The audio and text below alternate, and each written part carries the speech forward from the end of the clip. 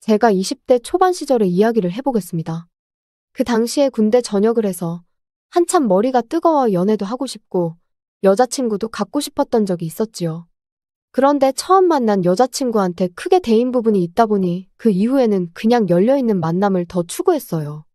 그렇다 보니 자연스럽게 저보다 나이가 많거나 하는 연상의 여자의 경우 크게 관심을 가져본 적이 없습니다. 특히나 당시에 제가 20대 초반의 나이다 보니 앞자리 숫자까지 다른 사람을 만날 일은 없었거든요. 통제된 환경인 군대에서 나오니 사회의 자유를 느끼고 싶어서 학교로 곧바로 복학하고 싶지는 않았습니다. 모처럼인데 자유를 느끼고 싶었지요. 사실 지금 생각하면 방종에 가까운 행동이었겠지만 아무튼 학교에 복학을 하지 않고 놀러 다니기만 하고 있으니 집에서는 당연히 제 용돈부터 끊어버렸습니다.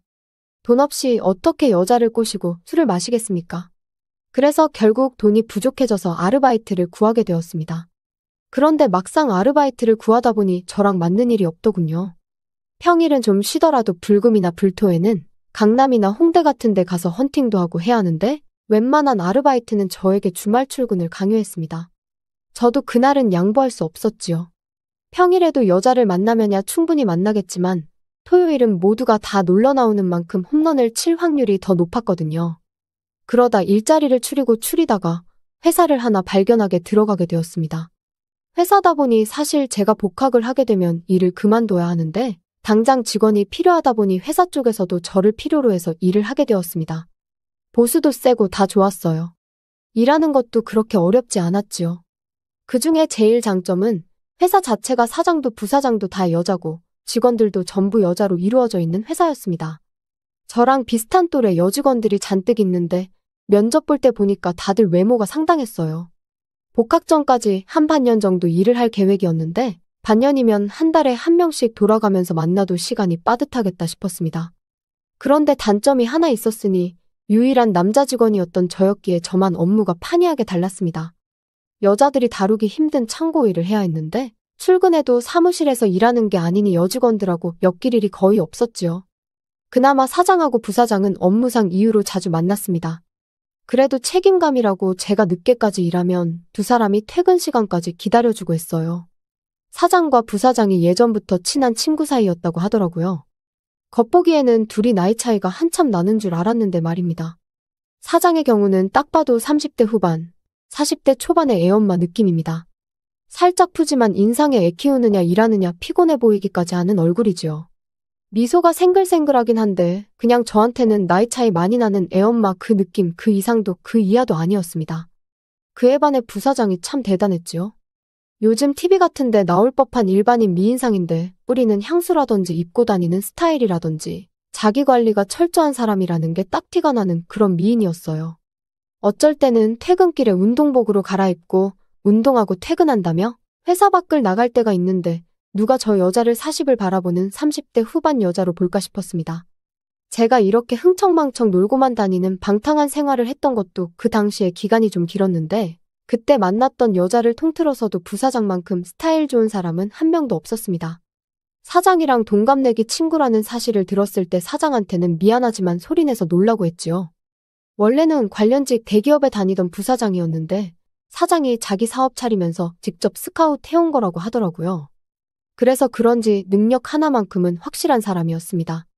그런데 그만큼 능력이 좋아서 그런지 아니면 그녀를 감당할 남자를 못 만나서 그런지 아직 결혼을 안 한 노처녀라고 하더군요. 말이 노처녀지 사실은 화려한 골드미스라는 말이 딱 어울리는 사람이었지요. 운동은 운동대로 다니는데 이런저런 취미생활도 많은 듯했고 시간 나면 주말에 휴가 하루 붙여서 해외여행도 다녀오고 하는 그런 사람이었어요. 여직원들도 다들 부사장을 닮고 싶어하는 그런 선망의 대상 같은 사람이었습니다. 아무튼 그렇게 회사에서 일을 시작하게 되었습니다. 점심시간 때는 일부러 사무실로 가서 또래 여직원들하고 친해지기 위해 열심히 했지요. 사장, 부사장을 빼더라도 제 또래 여직원들이 몇 명이나 되어서 솔직히 저 같은 굶주린 늑대한테는 회사 사무실이 뷔페나 마찬가지였습니다. 사회초년생들도 있고 저도 군대를 다녀온 시점이라 제일 어린 친구가 저랑 나이도 같았습니다. 얼굴도 귀염쌍하게 생겼고 제 스타일이기도 해서 둘이 자연스럽게 친해지게 되었습니다. 그러다 제가 한 달쯤 근무했을 때였을까요? 주말을 맞아서 제 환영식 겸해서 회식이 열리게 되었습니다. 사장이 원래 진작에 열어줬어야 했는데 회사가 너무 바쁜 시기라서 따로 신경을 못 쓰고 있었다고 하더군요. 아르바이트에 반년 정도만 하다가 그만둔다는 말까지 했는데 환영식까지 해주니 솔직히 사장 마음 씀씀이가 고맙긴 했습니다. 당시에 돈도 똑 떨어진 상태고 월급도 아직 받기 전이었다 보니 오랜만에 술 마시러 간다니까 긴장이 되더군요. 전 직원들이 참석을 한다니 그 자리에서 상황 봐서 술 제일 못 마시는 직원하고 무슨 썸씽이 생겨도 생기겠거니 하는 기대를 하고 회식 자리에 나갔습니다. 회사에서 나와 가장 가까이 있는 삼겹살집으로 자리를 옮겼습니다. 가게 사장님이 반겨주는 걸 보니 회식을 자주 하는 장소인 듯 싶었지요. 불판이 쫙 세팅이 되고 고기가 불판에 올라감과 동시에 첫 잔을 부딪히며 짠을 했습니다. 다른 여직원들도 청일점인 저한테 관심이 많아 보였습니다. 저도 아예 쑥맥이 아니다 보니 그날 저랑 좋은 시간을 보내고 싶다 하는 신호를 보내는 걸 다 캐치할 수 있었지요. 그 중에서도 나이도 제일 어리고 회사에서 대화도 몇 마디 나눠보고 그 중에서 제일 잘 될 것 같은 사이즈가 나오던 막내 여직원이 저한테 강한 신호를 보내는 걸 느꼈습니다. 화장실 다녀오는 척 해서 자리를 옮기고 다녀오는 길에 은근슬쩍 그녀의 맞은편 앞자리로 자리를 바꿨습니다. 그리고 고기를 제가 뒤집어주면서 그녀한테 일부러 술을 권하고 있었지요. 그런데 사장하고 부사장이 눈치도 없이 껴들더군요. 다른 사람들도 많은데 왜 김주임 고기만 구워주냐고요? 우리도 남자가 구워주는 고기 잘 먹을 수 있다며 회방을 놓는데 분위기 파악 좀 하고 눈치 좀 챙겨줬으면 싶더군요. 그런데 저 돈 주는 사람들인데 제가 어떻게 거절을 하겠습니까? 당장에 뛰어가서 사장 부사장 있는 테이블로 가서 거기서도 열심히 고기 뒤집고 따라주는 술 마시고 그러다가 왔지요. 사장한테 한 잔 받으시라 술을 따라주는데 사장이 평소 짓지 않던 생글생글한 미소가 아니고 묘한 미소를 지으면서 저보고 김주임이 마음에 드나봐 하면서 술을 한 잔 마시더니 자기가 마시던 술잔을 다시 저에게 건네더군요. 술잔에 사장 립스틱 자국이 그대로 묻어있는데 거기에 술을 따라주더니 저보고 마시라고 하는 겁니다. 부사장이 그랬다면 더 좋았을 텐데 사장이 그러니까 조금 의외에다가 별로 마시고 싶진 않았지만 두 눈 감고 꿀떡 술을 넘겼습니다. 그러니 사장이 기분이 좋다면서 저를 톡톡 건드리면서 좋아하더군요. 아무튼 그렇게 사장의 소나귀에서 해방이 되고 나서 다시 저랑 잘 되던 막내 직원을 꼬시러 그 자리로 갔습니다. 그런데 이 여자가 술을 따라주면 따라주는 대로 다 마시질 않고 참새가 물 한 모금 마시는 만큼만 계속 꺾어서 마시더군요. 술을 한 잔도 안 마시는 걸 보니 이거는 도가 텄다 싶어서 다른 직원들 술 마시는 꼴을 관찰했는데 아무도 술을 마시고 있지 않는 겁니다. 마시는 척만 하고 있었고요. 아무래도 사장하고 부사장이 있으니까 다른 여직원들이 기를 못 피는가 싶었습니다. 이쯤 되면 이제 젊은 사람들끼리 즐기라고 저희한테 법인카드를 건네줬으면 좋겠는데 이 두 사람은 분위기 파악을 끝까지 못하고 자리에 남아있더군요. 결국 회식은 그렇게 끝나버리고 말았습니다. 저한테 빈틈을 그렇게 보이더니 언제 그랬냐는 듯이 택시를 타고 쌩하고 먼저 달아나 버리더군요. 저도 하는 수 없이 집에 들어가 봐야겠다 했는데 사장하고 부사장이 저한테 오더니 시간 괜찮으면 술이나 한 잔 더 하자고 묻더군요. 저는 오랜만에 술 마신 게 좋았기도 하고 이대로 집에 가기엔 아쉽기도 해서 알겠다 하고 따라갔습니다. 이 차는 번화가로 이동해서 조금 젊은 분위기의 술집으로 이동하게 되었습니다. 다름이 아니라 할 말이 있어서 불렀다고 하면서 저보고 일 잘해주고 있어서 고맙다고 하더군요. 제가 복학을 해야 해서 그만둔다는 게 아쉬울 정도로 일을 잘하고 있다고요. 그래서 나중에라도 복학하면 되는 시간마다 와서 아르바이트 하듯이 일을 할 생각은 있느냐 하면서 그런 이야기를 묻더군요. 한참 이야기하고 있는데 사장 핸드폰으로 전화가 한 통 걸려오더라고요. 사장 얼굴이 이내 심각해져서는 아이가 아파서 병원에 잠깐 다녀와 봐야겠다며 자리를 비웠습니다. 그러면서 부사장에게 법인카드를 건네주고 가더라고요. 난데없이 계획에 없던 노처녀 부사장과 저 단 둘만의 술자리가 시작되게 되었습니다. 사실 저도 일을 거의 혼자 하다시피 해서 접점이 없으니 둘이서 마땅히 할 이야기가 없더군요. 술도 조금밖에 안 마셨는데 이대로는 술도 술대로 못 마시고 시간은 시간대로 날리는 거 아닌가 하는 생각이 들었어요. 친구들을 불러 따로 자리를 만들자니 시간이 애매해서 그러기 힘든 상황이었고 또 법인카드를 건네받는 걸 봤으니 솔직히 조금 비싼 술을 먹어도 되지 않겠나 싶었습니다. 하지만 이 자기관리 철저한 강철의 여인을 어떻게 함락시켜야 할지가 고민이 되었어요. 그런데 자기관리 철저한 사람들이 그렇듯 자존감이나 자부심이 대단한 편인데 자존심을 건드려보면 어떻겠나 하는 생각이 들었습니다. 그래서 부사장한테 제가 주량이 상당한데 젊은 남자랑 술 마셔도 감당 가능하겠느냐는 식으로 조금 깐죽대면서 떠봤지요. 그러니 그녀가 제 생각대로 발끈해서는 어디 한번 얼마나 잘 마시는지 보자면서 자기도 운동 때문에 안 마셔서 그렇지 원래 술을 잘 마신다고 하더군요. 이미 2차 자리까지 와 있는 상황이었는데 부사장을 데리고 평소에 비싸서 못 먹어본 양주나 칵테일 같은 거 마셔본다고 여기저기 돌아다니면서 8차까지 자리를 옮겼습니다. 8차는 다시 평범한 술집으로 들어와서 간단한 안주에 소주로 돌아왔고요. 그런데 저도 술은 어디 가서 지는 편이 아닌데 그녀 역시 자부한 대로 술이 상당하더군요. 양주와 칵테일, 잔으로 마셨지만 그래도 최소 10잔은 마셨습니다. 거기에 1차 때부터 지금까지 소주도 2당 2병은 마신 것 같은데 멀쩡하더라니까요. 하지만 그래도 그 정도 술이 들어가니 찔러도 피 한 방울 나올 것 같지 않던 그 콧대 높은 부사장도 쓸쓸했던 말을 또 한다던가 혀가 살짝 꼬인다던가 하면서 빈틈을 보이기 시작하더군요. 그러더니 꺼낸다는 말이 저한테 김주임이 어디가 마음에 들어서 그렇게 추근덕대냐 묻는 겁니다. 그때 부사장과 내가 오늘 뭔가 있겠구나 하는 촉이 딱 와서 부사장을 긁어놓듯이 넉살 좋게 깐죽대며 대답을 이어갔지요. 그랬더니 부사장이 생각지도 못한 말을 하는 겁니다. 김주임이 사실 엄청 해프다고 하면서 사실 제가 일하기 전에 있던 직원도 김주임하고 창고에서 그러다가 걸려서 잘리다시피 그만둔 거라고 하는 겁니다. 사내 연애를 금지하는 건 아니지만 저 있기 전에 있던 직원이 가정이 있던 사람이라 하더군요. 일이 커져서 회사에 타격을 입기 전에 제 발로 관둔 거라고 하면서 김주임 뒷담을 저한테 하는 거였어요.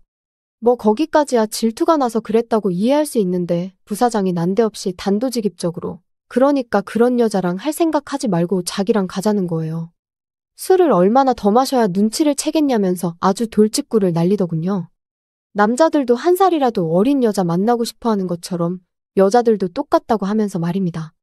그때까지 저는 연상에 관심은 없었지만 부사장이라며 제 역사에 기록될 만큼 수준급의 여자임이 확실했기에 피할 생각도 없었고 오히려 감사한 상황이었지요. 그런데 자리를 옮기자던 부사장이 자리에 꿈쩍도 않고 저를 생긋생긋 웃으며 묘한 미소로 쳐다만 보더군요. 그러니 저도 슬슬 안달이 나더군요. 더 기다릴 게 뭐가 있냐고 하니 저한테 사장이 돌아오겠다 하지 않았냐며 말을 하더군요. 사실 사장도 저한테 관심이 있다고 자기들 둘이 친구인 거 알고 있지 않냐면서 사장 오는 거 기다렸다가 셋이서 같이 가자는 겁니다. 이미 8차까지 왔는데 제 생각엔 사장이 올 것 같지도 않고 솔직히 부사장이야 이성으로서 매력적이고 자기관리가 철저하니까 넘어가지만 사장의 경우에는 아무리 부사장과 나이가 같다고 해도 영 아니었거든요. 그래서 어떻게든 아니게 하려고 부사장을 설득을 하는데 부사장은 자리에서 꿈쩍도 안 하고 사장 올 때까진 안 가겠다며 떼를 쓰기 시작한 겁니다. 그래서 1시간만 더 기다려보자고 하고 사장을 기다렸지요. 그런데 그게 오히려 역효과였습니다. 사장은 당연히 연락이 없었고 부사장은 술이 센 척을 하고 있었지만 이미 그 자리에서 더 이상 몸을 가눌 수 있을 정도가 아닐 정도로 기절한 거나 마찬가지인 상황이었던 거예요. 그래서 결국 아무것도 하지 못하고 집에 돌아오게 되었습니다. 택시 탈 때 은근슬쩍 옆에 같이 탔는데 거기서는 어딜 집까지 따라오냐며 또 철벽을 치면서 그러더군요. 아무 소득도 없이 집에 들어오니 너무 아쉽더군요. 그런데 자꾸 신경이 쓰이는 게 사장이 저한테 관심이 있고 친구인 부사장과 셋이서 할 계획을 세웠다는 것이 참 충격적이었어요. 그리고 곰곰이 그걸 생각해보니 괜히 그동안 아줌마 같다고 생각했던 사장도 괜찮아 보이는 겁니다. 남자가 칼을 뽑았으면 무라도 썰어야겠다 싶어서 사장을 한번 노려보기로 했지요. 조금 기대되는 상태로 출근을 했습니다. 한참 일을 하고 있는데 사장이 저를 찾아 창고까지 왔더군요. 속으로 올게 왔다 싶었습니다. 사장이 누가 들을 수도 있으니까 하면서 창고 구석 으슥한 곳으로 저를 데려가더군요. 그러면서 저를 떠보듯이 물어보는 겁니다. 혹시 부사장한테 무슨 말 들은 거 없냐면서요. 그래서 저도 사실 이러면 안 되는 거 알지만 저도 사장님하고 만나보고 싶은 생각이 있다. 이런 이야기를 하게 되었네요. 그런데 사장이 손사래를 치면서 또 부사장이 저질렀구나 하면서 그런 게 아니라고 하더라고요. 변명을 하는 게 아니라 부사장이랑 자기가 젊었을 때는 사실 둘이서 남자 한 명 데리고 그런 식으로 만남을 자주 가지긴 했는데 자기는 아이가 태어나고부터는 다 끊었다고 하더군요. 그러니 그 말은 그냥 부사장이 술에 혼자 취해가지고 그랬던 거니 신경 끄라고요. 그리고 이 상황을 비밀로 좀 했으면 좋겠다 하는 거였어요. 저도 얼굴이 다 부끄럽더군요. 쌓이고 쌓여서 별로 관심도 없던 아줌마 같은 사장에게 저를 맡기려 했다는 사실도 그렇고 포기하지 않았던 것도 그렇고요. 그리고 사장한테 한 소리를 들었는지 부사장이 이어서 창고로 들어와서 저를 찾았습니다. 그래놓곤 미안하다 사과하대요. 그래서 이게 미안하다고 끝날 일이냐고. 저는 하마터면 사장한테 대놓고 그거 하자고 물어볼 뻔했다고 막 열불을 내면서 성을 내니 그녀가 그 말을 듣더니 배를 잡고 웃더라고요. 그러더니 사장한테는 그렇게 하면서 왜 자기한테는 대시를 안 하냐면서 자기 아직 만나는 사람도 없고 요즘 운동도 질렸던 차라 조금 색다른 방식의 운동을 하고 싶다고 하는 겁니다. 회사 근처에서 혼자 살고 있고 저만 좋으면 자기 집에서 같이 할 수 있는 운동이라면서 퇴근 후에 보자고 하더라고요. 그 뒤는 예상한 대로입니다. 그 자존심 강하고 콧대 높은 부사장과 일하는 기간인 반년 가까이 정말 하루도 빠짐없이 상대를 해야 했습니다. 당시에 제가 피 끓는 20대 초반이었는데도 불구하고 노처녀인 부사장은 매일같이 하루도 빠짐없이 저를 부르더라고요. 아무튼 그때 덕분에 월급은 월급대로 아끼고 술도 마실 필요 없고 돈도 잘 모아서 회사를 나오게 되었습니다. 회사 나오면서 부사장도 저랑은 더 질렸는지 그냥 여기까지가 딱 좋겠다고 하면서 그만 만나자고 하더군요. 그날 이후로 저는 조금 취향이 바뀌어서 또래 여자들은 너무 시시하고 재미도 없어서 일부러 저보다 나이가 많은 사람들로만 만나고 있습니다. 그래서 덕분에 30대 후반이 다 돼가는데 아직도 결혼을 하지 못했네요. 지금은 이제 50대가 되어 있겠네요. 사장은 몰라도 부사장만큼은 제 생각에 아직도 그때의 미모를 간직하고 있을 것만 같습니다.